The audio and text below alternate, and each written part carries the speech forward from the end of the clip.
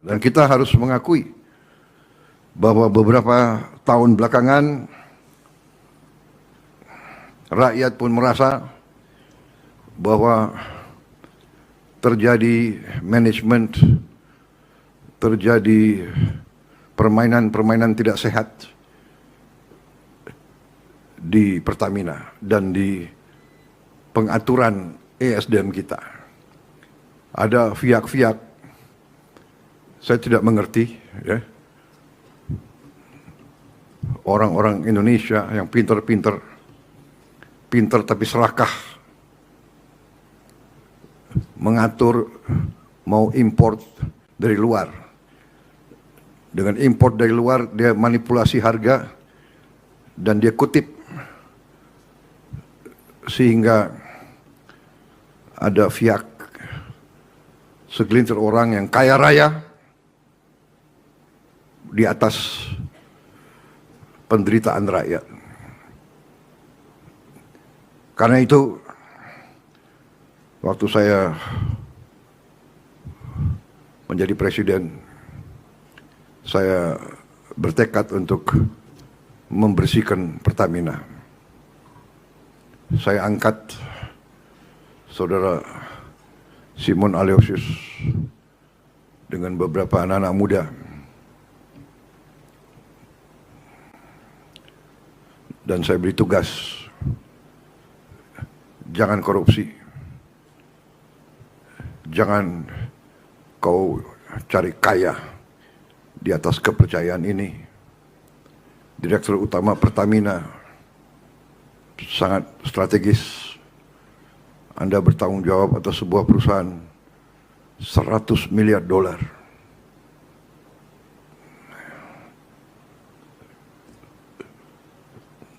Godaan akan banyak, tapi saudara harus teguh dengan semua jajarannya, dan saya kasih wewenang seluas-luasnya. Siapa yang Anda nilai tidak bagus, pecat. Jangan ragu-ragu. Demi bangsa dan rakyat harus tega. Nggak ada itu. Banyak anak muda yang hebat-hebat. Cari. Saudara-saudara, ini tekad kita semua. Saya pesankan, mari kita hasilkan untuk rakyat kita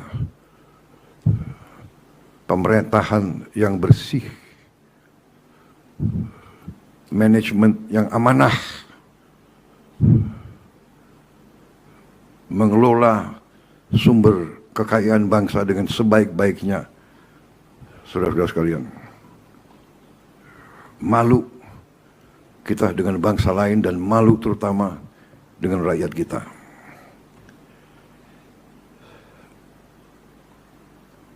Praktek-praktek markup, penipuan. Markup itu adalah penipuan dan pencurian, mencuri di siang bolong.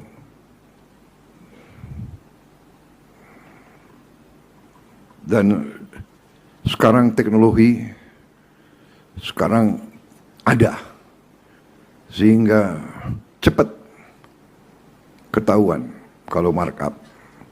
Kalau ada pejabat yang ingin melaksanakan praktek-praktek lama,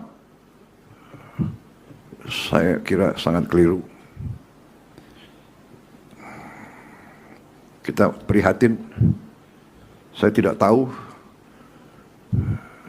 berapa direksi Pertamina yang sudah masuk penjara, saya tidak tahu.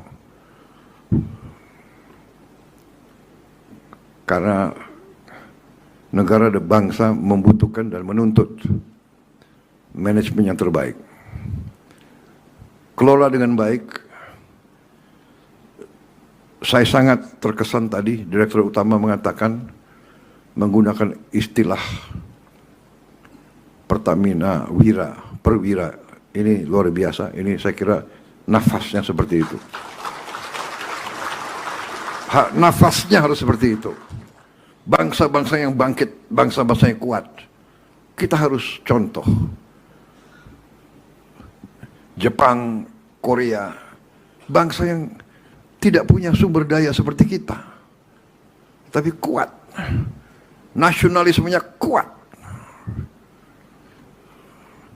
Kalau tidak salah semua perusahaan di Korea, di Jepang, ada saatnya mereka semua berdiri lagu kebangsaan dikumandangkan. Semangat nasionalis, semangat patriotik, cinta tanah air ini yang harus mendorong semua jajaran Pertamina, terutama yang paling atas, karena kita mengerti sifat manusia. Yang menentukan adalah para pemimpin.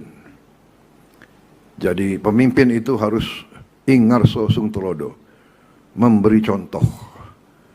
Kalau pemimpinnya maling, anak buahnya tidak semangat. Pengalaman saya di tentara, pemimpin itu maling, cepat anak buah tahu, cepat sekali. Mungkin orang luar tidak tahu, mungkin BPK bisa dikibulin, KPK bisa dikibulin, tapi anak buah akan tahu. Di tentara itu kalau komandan-komandan yang maling, pemimpin yang maling, itu dikasih julukan kapal keruk. Dan seumur hidup dia akan membawa nama itu, kapal keruk. Pemimpin harus memberi contoh. Saya terima kasih semangat tadi. Wira, benar. Ya, pejuang, kesatria, pendekar. Saudara-saudara, perang kemerdekaan ada beberapa fase. Perang kemerdekaan pertama tentunya ratusan tahun yang dulu, perang kemerdekaan yang kita berhasil rebut kedaulatan tahun 45. Habis itu perang kemerdekaan atau perang untuk mempertahankan kemerdekaan. Kemudian perang untuk mengisi kemerdekaan. Dan untuk mengisi kemerdekaan, kita harus mengelola sumber daya dan sumber-sumber kekayaan kita.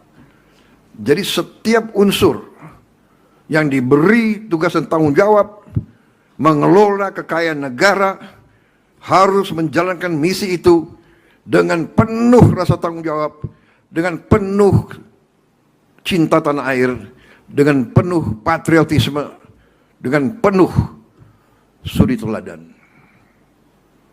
Kesatria, pembela tanah air. Terlalu banyak pengalaman kita. Direksi BUMN, saya katakan saja, tidak baik. Saya beri tugas kepada Kepala Danantara dan beberapa menteri-menteri yang bertanggung jawab untuk membersihkan semua BUMN. BUMN sangat banyak yang rugi. Sudah rugi, minta tantiam lagi.